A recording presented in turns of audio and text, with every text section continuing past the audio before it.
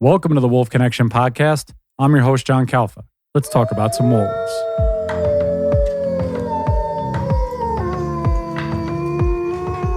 Joining us today from Gardner, Montana, she is a wildlife guide, a naturalist, and also a wolf observer with Wolf Tracker, who named Nathan Varley and Linda Thurston run up there in Gardner, Montana. Taylor Bland. Taylor, awesome to have you on the podcast. How's everything going up in Gardner? It's going good. I'm glad to be speaking with you guys today. It's been a little busier this time of year than usual, so it's been interesting up here. Why is that? I think it has to do with COVID. People can't be doing the international travel right now, so everyone's kind of flocking to our national parks. Because I saw you posted some really awesome videos on your Instagram, really just the past couple of days. What were those videos of? Which packs were they? I can't remember. Yeah, I was actually on a guided tour that day with some local photographers, and it was the Wapiti Lake Pack. They're our third largest pack in the park with 20 wolves, and they happen to be up on the northern range. They're typically an interior pack, so it's rather unusual to see them up here anytime other than the winter. So we got pretty lucky and had some intimate moments with them, just me and my clients, so it was pretty epic. That's incredible. I want to get into this, but you originally... You went to the Ohio State University, you got a degree in zoology, and tell me how, once you graduated, you started, I believe, at Kruger National Park. Is that correct? Tell us about that experience and how you went from college right to that exotic wildlife portion of your life. Right. So actually, I did study abroad while I was still in college. I was a junior in college, and that's when I spent my time in Kruger. I was initially wanting to go to school to be a vet, so I was kind of pre-vetish, which is what the zoology degree was kind of setting me up for. However, when I went to Kruger, we ended up doing a necropsy on a freshly killed impala, and it freaked me out. It was disgusting, and it was not something that I was interested in. And so I then changed over to wanting to be a zookeeper. But my experience in Africa was unworldly. I would say it changed my life absolutely and kind of put that bug in me wanting to travel everywhere. I got to do some big game capture there and administer medicine to different animals. We got to do some mock dart shooting from a helicopter, which was really cool, and kind of analyze these different disease panels. So it was really an awesome experience. So when you're in Kruger, what kind of, were we talking elephants, rhino, big cats? What were some of the species you were dealing with over there? Yeah, so when we were working with the local veterinarians, we were mainly working on the ungulates. So we did some capture of giraffe and zebra and a bunch of different antelope species. We also got to do some work at the Dell Cheetah Center, which was really cool. And just the entire experience was awesome. We were doing disease panels with someone who is working heavily with like meerkats and wildebeest and other things like that. So it was just pretty awesome. Yeah. So you run the gamut in Africa there. So what makes you want to come back to the States? Obviously, I guess you're finishing up, your studies at Ohio State. And what makes you want to transition out west and work with and get involved with wolves and out in Yellowstone? Sure. So it's pretty interesting. I wanted to be a zookeeper. So right after graduation, I found out zookeepers at good, reputable zoos need 4 years paid experience. I did not have that, right? And no one was giving me that experience. So I ended up having to work at a small zoo that was privately owned, and it ended up being pretty unethical. And so I kind of moved out of that captive work, and I vowed to work with wild animals only, just because I didn't like how that whole setup was going. Not putting down zoos in any ways. I think zoos do awesome work. It just wasn't for me. And so I kind of followed my fiance, Jack Raby, out here. He was working with the Yellowstone Wolf Project. And I just was moving here to move here. I wanted a new scene and was hoping for the best, actually. So when you get out here to Montana and this big wildlife, this big wild open space, how did you end up meeting? Because we interviewed Nathan Varley a couple of weeks ago, who's now your boss, him and his wife, Linda Thurston. How do you get involved at Wolf Tracker? And like you said, you followed Jack out west. And how do you get involved there to start working with wolves? Everyone here involved in the wolf community and things like that, they're all kind of this close-knit family. And Jack's boss, Dan Staler, he was having a birthday party for his son. It was my first day in Gardner, and I went there. And Nathan's there. It's freezing out. He has snow and ice all over his beard. I'm telling them about this interview I have with another company for guiding. And he says, well, why don't you interview with us? And I was shocked, right?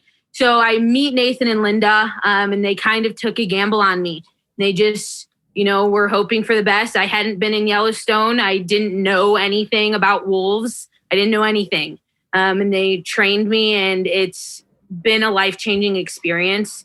I owe so much to them, and they're just such wonderful people, and I love working for them.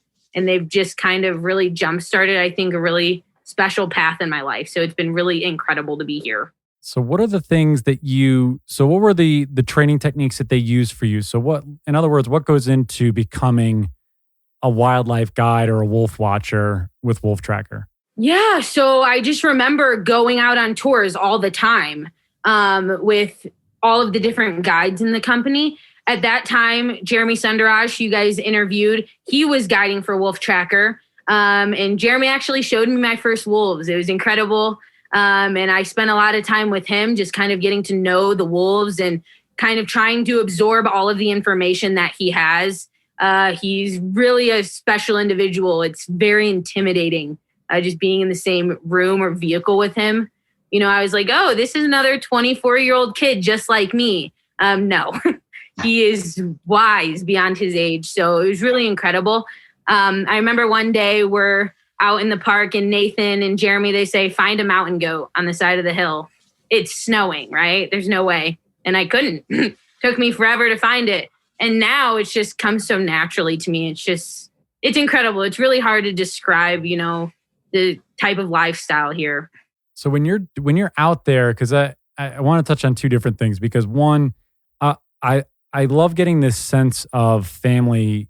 The more that we talk to you and your colleagues and your friends and your people that you work with, it just really seems that you've all come to Gardner and really just sort of enveloped this lifestyle and this mission to be part of the park, be part of the wolves. And what is that like for you to come from Ohio and you were in Kruger and then you're here and you find this almost familial atmosphere right away?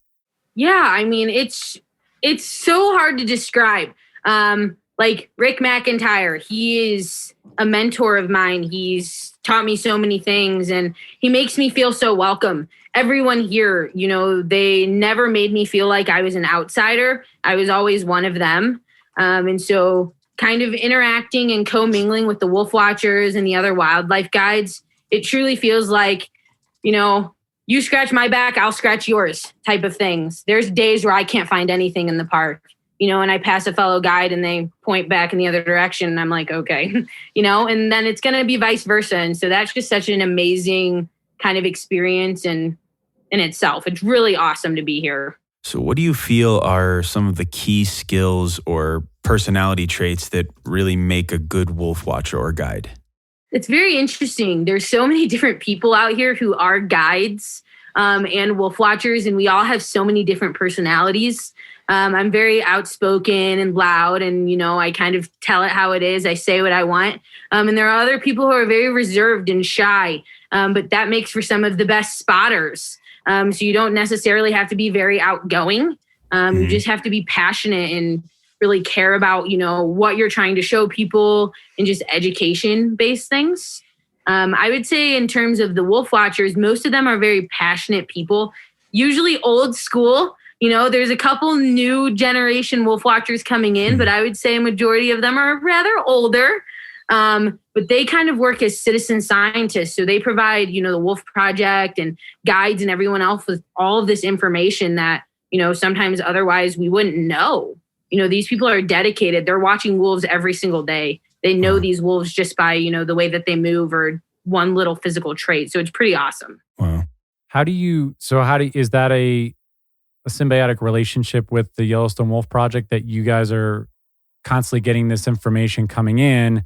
And so you can integrated into your tours? Yeah, I do think that that's something that's really important. Wolf Tracker owns a website called Yellowstone Reports, and all of the daily wolf sightings are uploaded on there, and anyone can subscribe to that.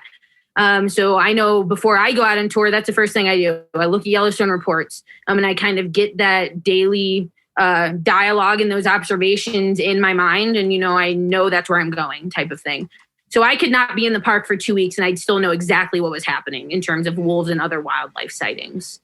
And I think the same thing goes for the Wolf Project. They rely on people such as Rick, who is now retired. He collects thousands of pages of notes and he provides that information to Doug Smith and things like that.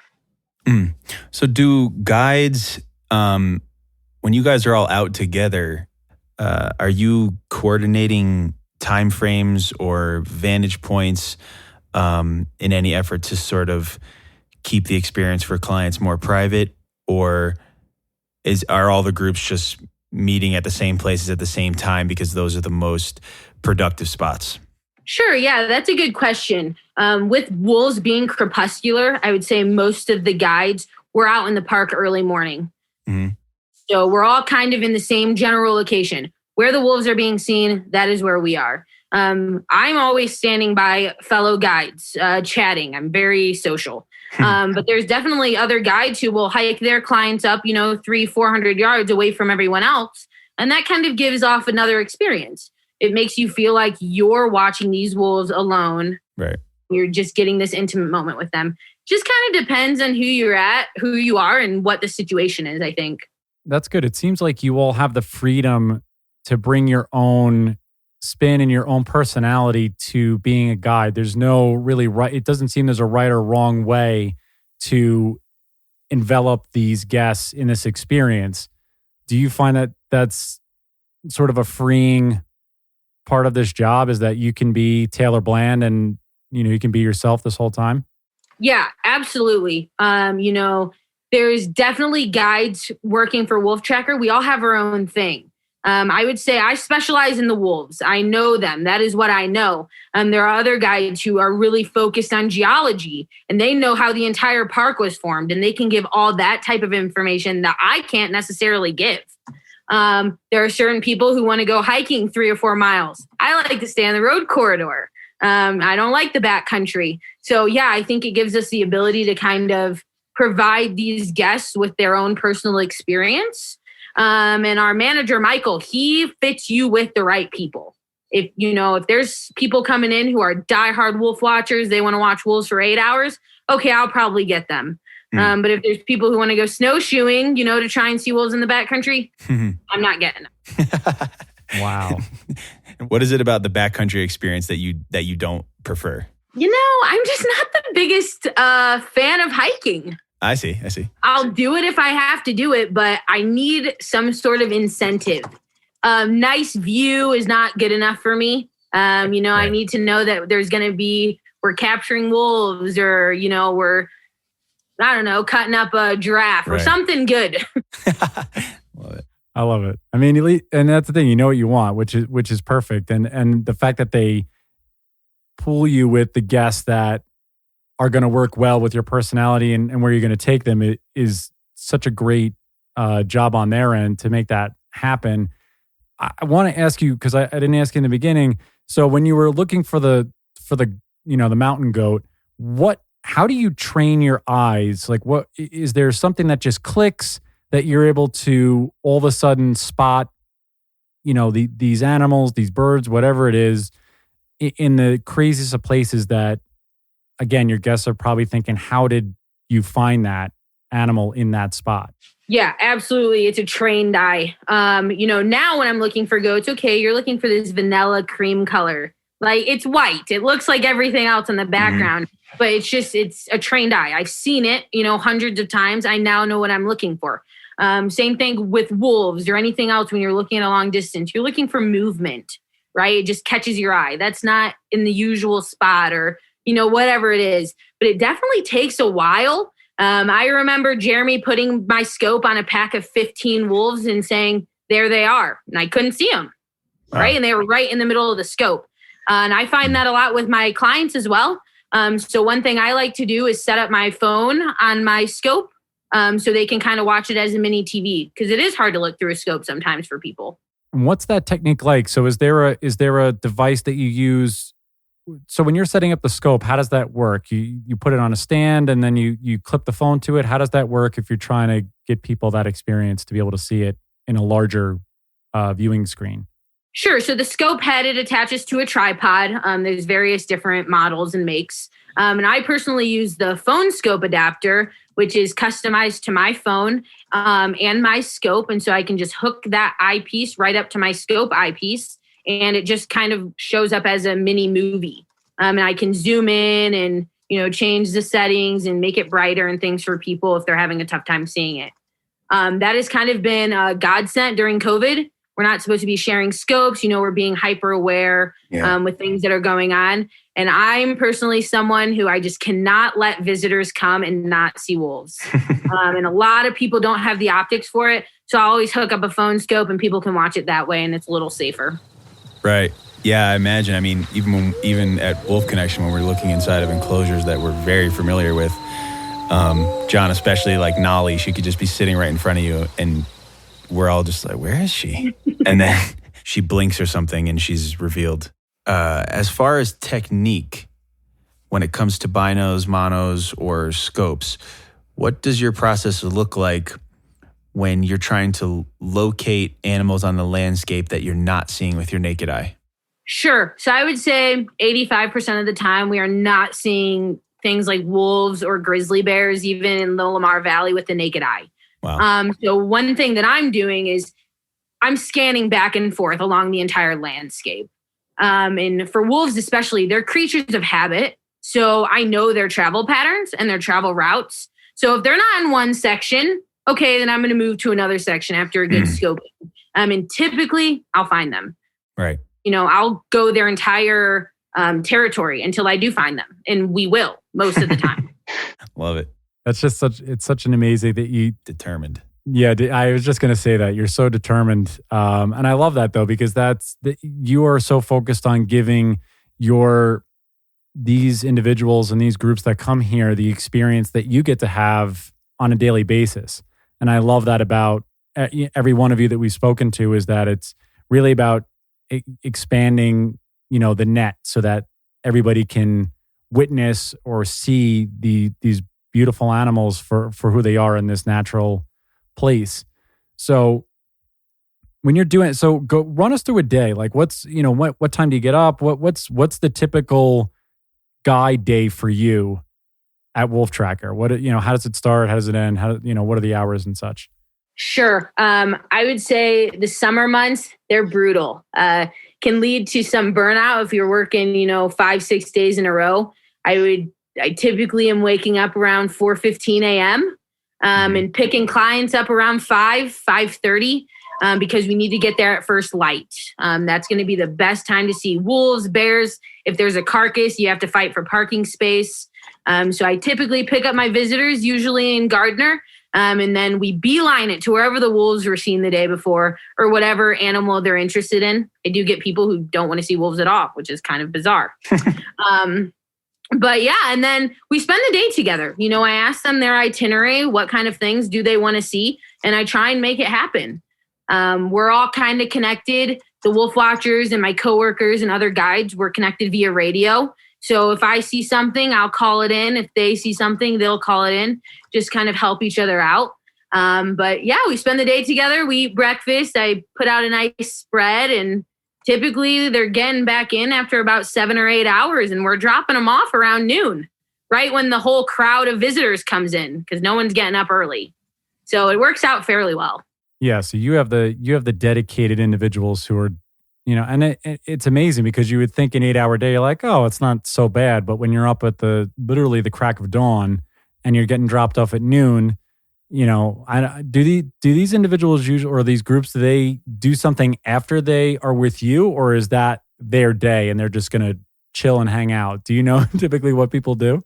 It's funny because everyone is like, oh, we're getting dropped off at noon. We have this entire day to do something. But they're exhausted at noon when they get dropped off, and they end up napping until 5 or 6 p.m. and then the day's over. So usually people will just, pass out and that's the day. Just depends. I know I do. I come home and go to bed. So you were saying that you guys are more busy than usual, obviously, because of COVID and because of the situation we're in. What are the main reasons people are influxing into Wolf Tracker, into the park? Is it just a sense of being outside and getting out of their four walls? What are some of the things that you've heard from the groups that you've had this year alone, just this early on in 2021? Yeah, I think a lot of people, they're coming to our national parks because it gives them some sense of freedom. Everyone feels all confined up, with being in lockdown for however many months. And so they come here and they expect it to kind of be normal, some sense of normalcy. COVID doesn't exist here, but that's not really how it is. I would say it's because it is so busy, we're packed in like sardines everywhere we go. And in the winter months, it's a little more difficult because there's, far, far, far less parking. So it's just kind of a helter-skelter of who can get to this place first. It's been a madhouse. Winter is my favorite month to be in Yellowstone. It's my favorite time to guide. The wolf watching is incredible. And just the people here, they're, dedicated lifers. They've been coming here for years. So it's been a different experience having, these people here. But also awesome. I got to show people wolves for the first time the other day. And that's one of my favorite things about guiding. So it's been pretty cool. Yeah, that's what I was going to touch on just now is in hearing your level of determination, you obviously care a lot about your clients and making sure that they see the animals they're after. I actually even saw, just doing general research, I saw a lot of great reviews about your guiding, and people are super, they're psyched to have you. So I have to wonder if there's an added motivation outside of simply wanting to be good at what you do. Is there something more personal that charges you up about making sure your clients see wolves? Sure. It makes me emotional even just thinking about it. But I remember, my most magical sightings. And there's nothing better, than hearing a little kid or something cheer because they've seen a wolf, or I've seen people cry. This has been their lifelong dream to see wild wolves. They've never been able to afford it. And then when they do, I get to show them, and it's so magical. It's such a special thing. Wolves are controversial depending on who you talk to. And so just kind of getting to be in this tight community whose main goal is to kind of spread the joy that wolves bring us. It's just a super awesome experience. And I love sharing that with visitors. It's just the biggest perk of the job. Yeah. Everything that you've been talking about so far, you can just tell you're so passionate about it. And I'm sure it comes through in your guiding and your observation. It's one of those perks. We feel that way sometimes. I mean, I know I feel that way at Wolf Connection when I come here and I'm able to walk through and at least see these wolves every day or, multiple times a week. And I go, man, this is something else to be able to do this on a fairly regular basis. And then, like you say, to bring people here, you in Yellowstone, us here in California, people go, wow, I never thought I would have been able to be this close or at least be able to witness an animal that's, right in my backyard. So yeah, I feel you on that. It's all the emotions sort of bubble up, right? Every time you have a tour. This has kind of been, it's been an interesting year because I think, kind of with the influx of visitors, and we have a handful of habituated packs this year in the park. So I'm kind of having this internal struggle within myself. Everyone wants to be close to wolves, right? It's such a surreal experience. But I'm kind of feeling like, I know this is wrong. For example, the Wapitis, the legal distance is 100 yards away. That's for a normal wolf pack, not one that is so comfortable being close to people, right? Wow. So I could be 300 yards away from Wapiti and I know they're watching, right? Mm-hmm. I know that they know I'm here. And so you kind of have to think, should you remove yourself from the situation? Should you and your clients leave this situation while everyone else is still here because you want to do what's right?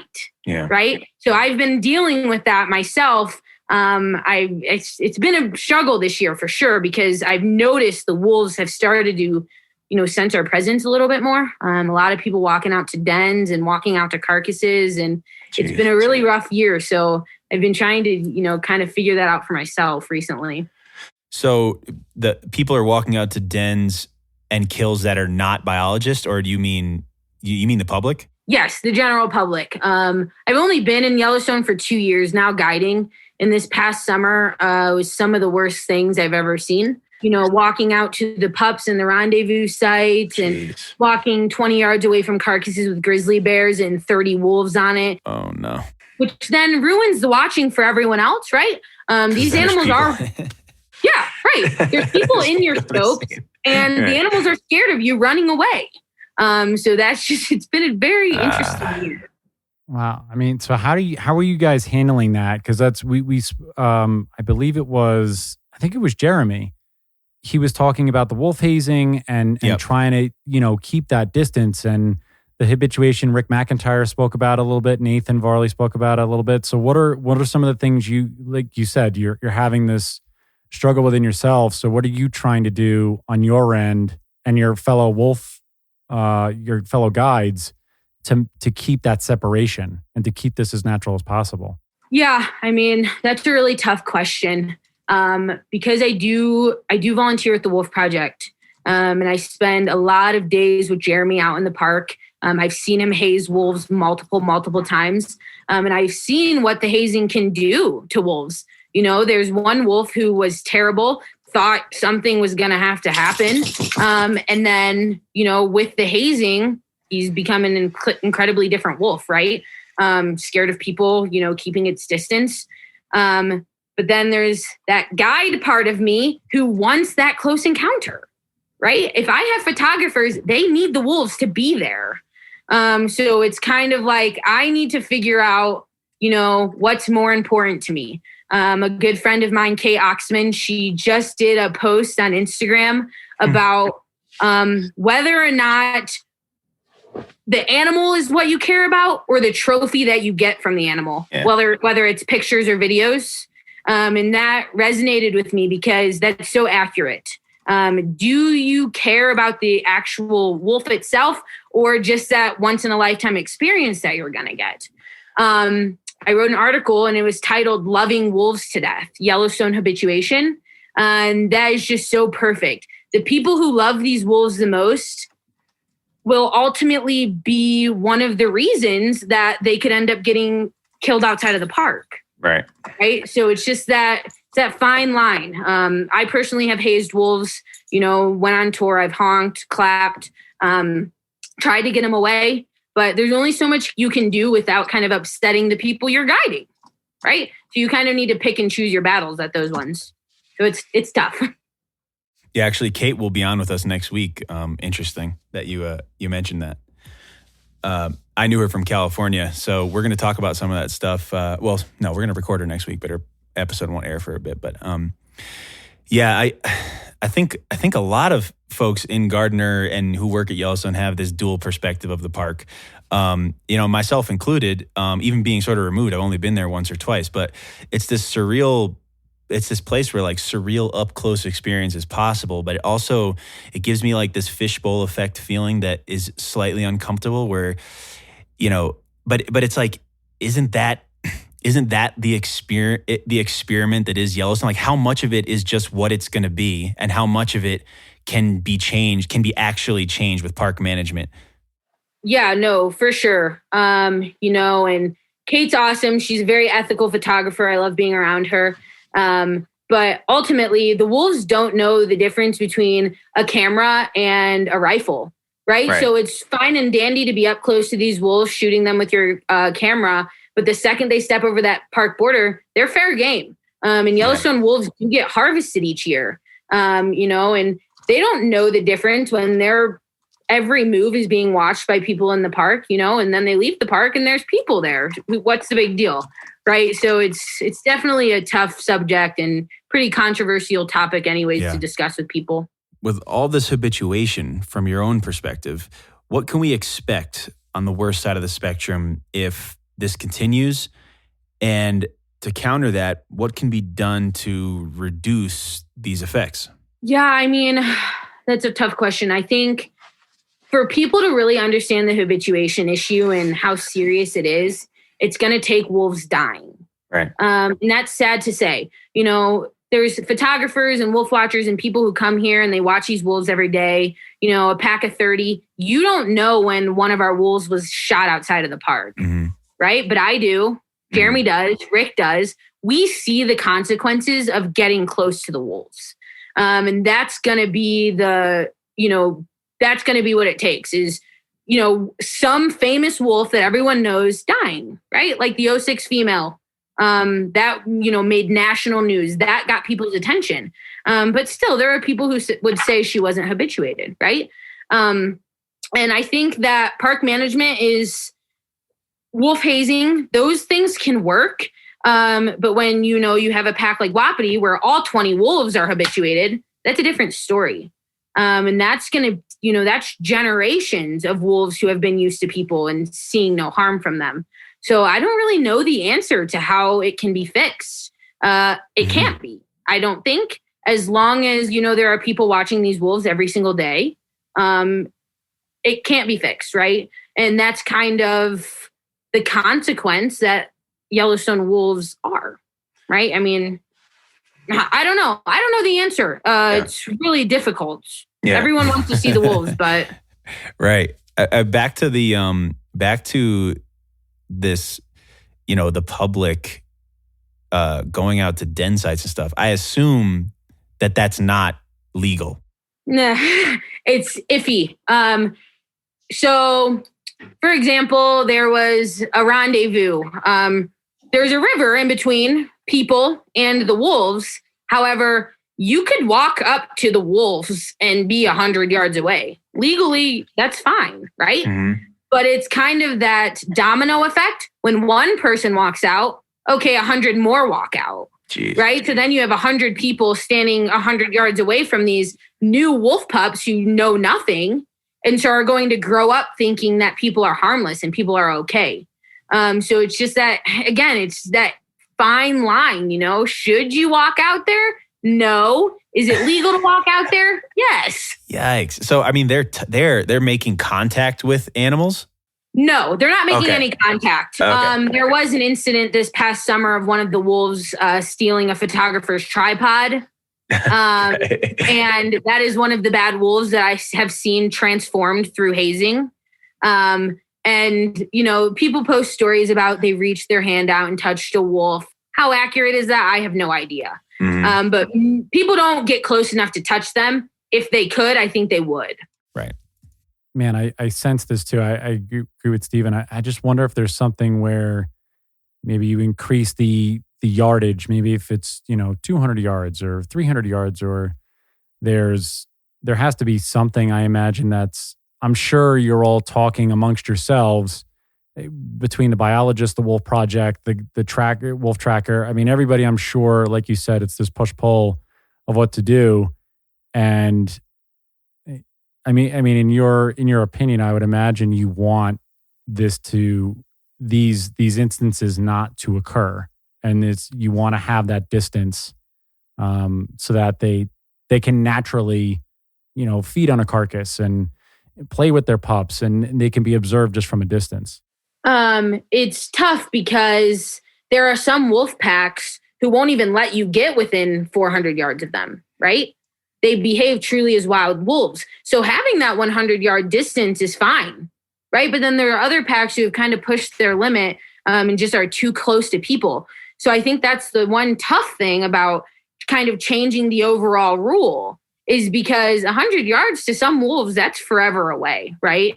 So I think, yeah, I mean, everyone's trying to come up with this solution to kind of fix the situation. But it's also, at the same time, people who see Yellowstone wolves understand why we love them and care for them so much. So we want these people to have these amazing experiences and these amazing views. And so it's kind of like you don't want to interfere with that, because that brings attention to wolves and keeping them safe and, you know, keeping them from being shot and things like that. So it's just this really, really small balance. You don't want to tip the scale. So it's a pretty difficult decision, I think. Speaking of the wolf hazing, it's been mentioned so many times, and it's funny, I never had the thought, but I just had it when you were mentioning is, when is the hazing taking place? Like if there's a pack that's getting too close to a group, are there managers there hazing them then, or is this happening like opportunistically when the public's not around? It's kind of whenever you can do it. Right. So there's a lot of situations where there's no one around who can haze. Excuse me. The only people who can haze are park rangers, and they use the kind of higher power stuff, rubber bullets, bean bags, firecracker rounds, or like biological technicians. So like Jeremy or Maddie Jackson, who you guys are going to talk to, they can shoot with paintballs. And so, if wolves are behaving as wild wolves, we try not to haze them. Sure. They're performing natural behaviors. However, if a wolf's walking up to you in the middle of the road or walking down the middle of the road, then they're probably going to get hazed. And I mean, this is all just so, we spoke about this with Jeremy, and we'll touch on it more when we speak to Maddie Jackson at the end of the week, is that this is really for the wolves' best interest. Because like you said, many people who, again, I assume the majority of people who are listening to the podcast know about 06. Maybe they've read American Wolf and that whole story. But it's seen increasingly more, like you said. I had a guest on a tour not too long ago, probably a month or so ago, and they showed me a photograph or a little bit of a video of a wolf basically stride for stride with their car along the highway or along the roads that are down the park. So it's right. increasingly becoming more naturalized, like you said, for these wolves and these wolf pups, because they don't, like you say, they don't know any better. And so when they grow up with these situations, this is natural for them. And so you guys are trying to make it safe for both them and the guests and everybody else, because the last thing anyone needs is an interaction that goes wrong or goes awry.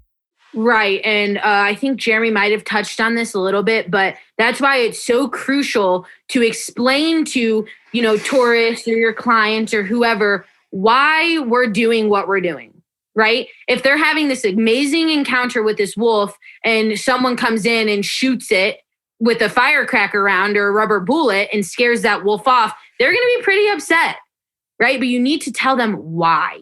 And I would say a majority of the people understand, right? There are you always get the handful who are angry that you did this and you ruined their entire vacation or whatever. But yeah, a majority of the people understand. And it's okay in theory for the wolves to be habituated in the park. However, there is no fence. So that second they step out, they're fair game. And we do have wolves who have been poached in the park, right? National parks are not a safe haven, even though they should be. People, if you run into the wrong individual, well, then, you're kind of screwed. Yeah, that's exactly what I was going to ask, is whether your guests, do they understand why this has to happen? Because I assume that's a hard pill to swallow when you spent X amount of dollars to go somewhere and it's beautiful and you're seeing this pack, and then all of a sudden, there's this massive disturbance. But it's imperative that it happens. Yeah, that's so tough. I just had a tour last week, and I was very nervous because I knew the Wapitis were in town. And how am I going to tell them, we can't be here? Wow. Type of thing. And so that was something that I was really nervous about.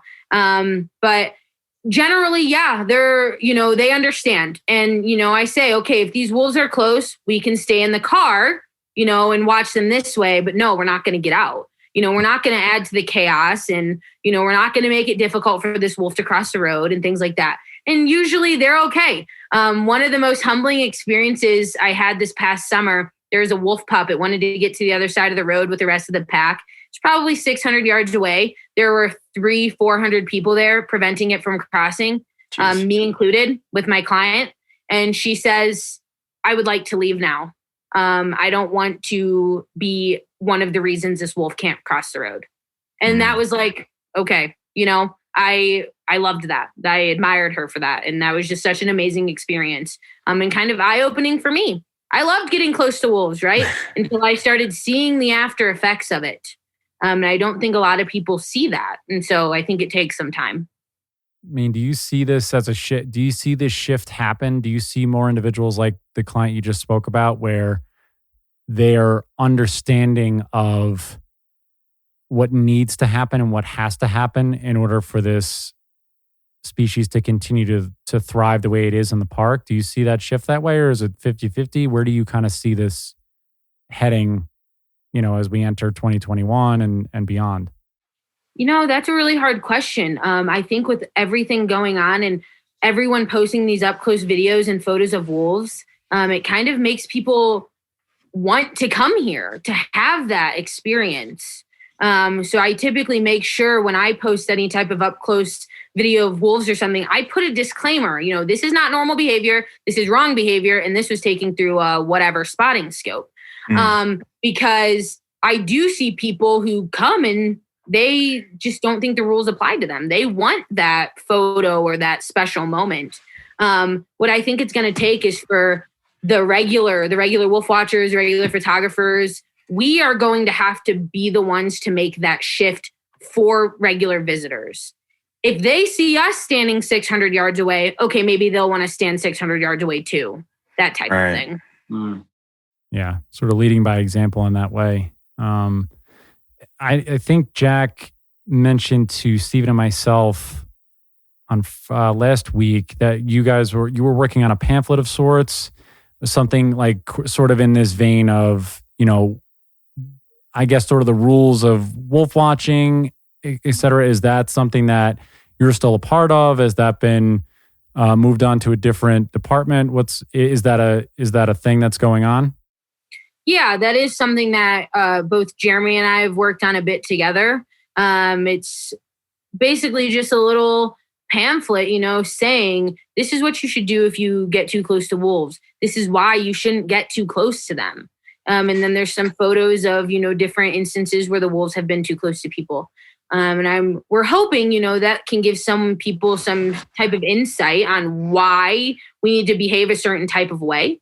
Kind of like the same pamphlet that you get when you enter the park about the bison. Don't get too close, you're going to get gored type of thing. So that's kind of still in the works. It's a little bit of, again, a touchy subject. So, we'll try and see what happens, but I think that would be something that's nice to get out. Yeah, I assume bison have, on the larger end of the spectrum of issues with visitors. Yes, they do. But usually for the visitors, it doesn't end well. So that's the difference between wolves and bison. Bison will attack you. I feel like I heard of a guy putting a baby in his car, actually, driving it somewhere because he thought it was cold, I think it was. That's exactly what happened. Yep, they stuck a little red dot in the back of their car because it was cold. Wow. It's interesting out here.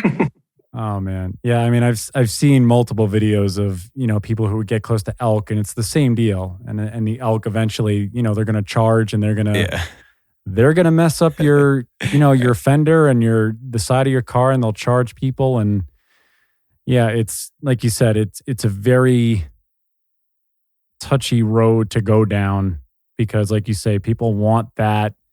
Yeah. We say it sometimes when they come here is people are missing that wild part because we're so confined to cities and especially because of COVID, it's amplified it. But when they come here, they just want a piece of that they can say, like you say, the video or the photo and things like that. And it's so hard to understand that balance and what needs to happen for the betterment of these animals and yourself as a human being. And I totally understand your, the push-pull that happens. I get it. The one thing I did want to touch on is that you're a board member for the International Wolf Center, right? Correct, in Ely, Minnesota. Is that you're still a part of that? So what is that?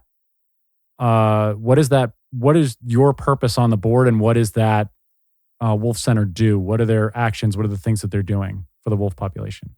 Sure. So this entire process was pretty interesting. Last year, Nathan has a repeat client, Alice Silky. She serves on the board of directors for the International Wolf Center.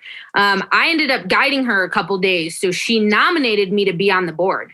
It was an entire year-long nomination process, and it was, jumping through hoops to get approved and everything like that. And I was just approved a month or so ago. So I wouldn't necessarily say I have a huge role yet because I haven't even gone to a board meeting. This is all very new to me. But the International Wolf Center is such an amazing, organization. Their mission statement is to advance the survival of wolf populations by teaching about wolves, their relationships to wild lands, and the human role in their future. So their main goal is to kind of push science-based information to kind of give people the opportunity to form their own opinions rather than shoving biased propaganda and things like that down their throat. You're not going to change someone's opinion by, giving one-sided information. So I think that that's something that's really important that they do and something that I fully support. And another thing, we have in Ely, Minnesota, a center that people can go to, which has ambassador wolves there. So a live exhibit with wolves. And that's really cool because sometimes those wolves there represent the closest people will ever be to wolves. And so they kind of get a sense of, how important they are. And there's seminars that go on there and different things like that. So another thing that the board really pushes is they will send educators to different classrooms around the world, which will kind of teach facts about wolves to the next generation of policymakers, right? So if you're providing them with this factual data and all of these scientific facts and information, that's going to allow them to kind of make more of an unbiased opinion and kind of take a different approach to that. So it's really cool. I recommend, checking out some of the International Wolf Center's different socials and their website, which is wolf.org. It kind of gives you the rundown of everything that they do and how you can become a member. And they're very active on Facebook and Instagram. So it's just a really cool organization to be a part of. I love what you said too, that it's... Oh, wait. Go. I have one more thing to say. Every 4 years, the IWC hosts a symposium, which is epic because it kind of is the largest gathering of biologists, wolf biologists, and wolf specialists in the entire world, including biologists like Doug Smith, who runs the Yellowstone Wolf Project, and Dave Meach, who is kind of the know-all, be-all of the wolves. He is the founder of the IWC. So that's pretty cool that they get to do that. The IWC kind of makes coexisting with wolves a little bit easier. When is the next symposium? Don't quote me. Actually, I'm not even going to say because I'm not 100% sure. I think it's 2022, but I don't know. Okay. All right. We're going to be we can always talk off air on that one. That's fine. You all have said this throughout the spectrum who we've spoken to is that we don't need biased opinions and biased facts to have this relationship work. And it's amazing the continuity in all of your messages with all of your colleagues and all the people you work with and that you're friends with, that this is the way forward for wolves and humans to coexist. For any of these species really to coexist, but wolves, for the purposes of what we always talk about is that they're pushing facts and they're pushing science and they're pushing that we need to hear from both sides and understand how both sides feel and that all these points, for the most part, are valid other than anything that's probably on the extremes. And we want to keep the conversation civil and in the middle. So I love that that the Wolf Center is for that and that you're a part of it. I mean, this is great and congratulations for being on the board. It's only a month, but that's great. Thank you. It's a little intimidating, but we'll see how it goes. You don't seem like the intimidated type. Just from our conversation today, you're passionate and you know the things you want to say, and I applaud you for it. So, I mean, kudos to you, and it's great. Thank you. I really appreciate it. I think one thing that's important is you kind of have to cater to the audience. So you need to make sure that you're not saying one thing, that kind of looks like you're putting down one group of individuals when it's kind of all of us collectively that's kind of adding to the problem. So I wanted to be very mindful of that. Yeah, absolutely. Just a couple more things before we let you go. And I let's definitely give people information where they can, look up the IWC and things like that when we wrap up. But what do you see in your field right now as a guide?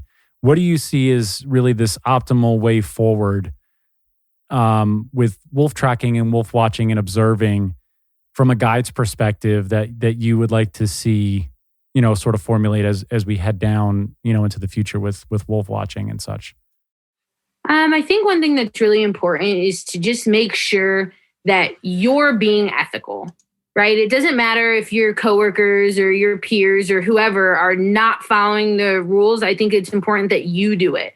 You know what you're comfortable with, what's right and what's wrong, while still kind of giving your guests this wonderful experience of the natural world. Yellowstone kind of does the talking for us, right? It's beautiful. It provides, a home to all of these different wildlife species and different plants and things like that. So I think, one thing's important is just be mindful, kind of remain who you are. Don't, jeopardize your ethics and your beliefs just because other people are doing it. I love that. And finally, the last question we always ask everyone is, when you hear the word wolf, what is something that comes to your mind? I knew you were going to ask this question. So I've been thinking about it. Good. And dang it, they know we're going to ask it now, and now they're thinking about it. I know. And I think the one thing that comes to mind is warriors.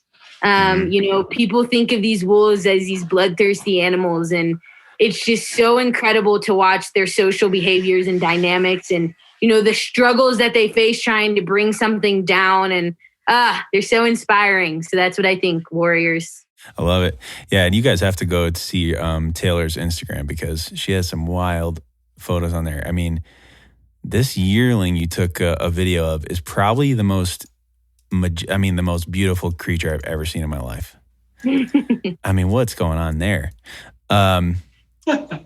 And then there's a picture I saw on Google when I was researching as well. This grizzly bear, 2 cubs, and wolf pack in Yellowstone. Well, I'm just curious what was going on there. What was the experience around that video there? That was an awesome day. One I will remember forever. It was really cool. There was a bison, which had succumbed to the rut. Another big male bison had killed it. And it was pretty close to the river corridor. We were still probably a half a mile away. And there were hundreds and hundreds of people lining the road. And there were probably 4 or 5 big grizzly bears feeding on it. With the Junction Butte pack just kind of hanging around, 35 wolves. But they had already had their fill. So it was the bears' turn. And in the background, you just see this sow with her 2 coys, just cubs of the year, inching their way down.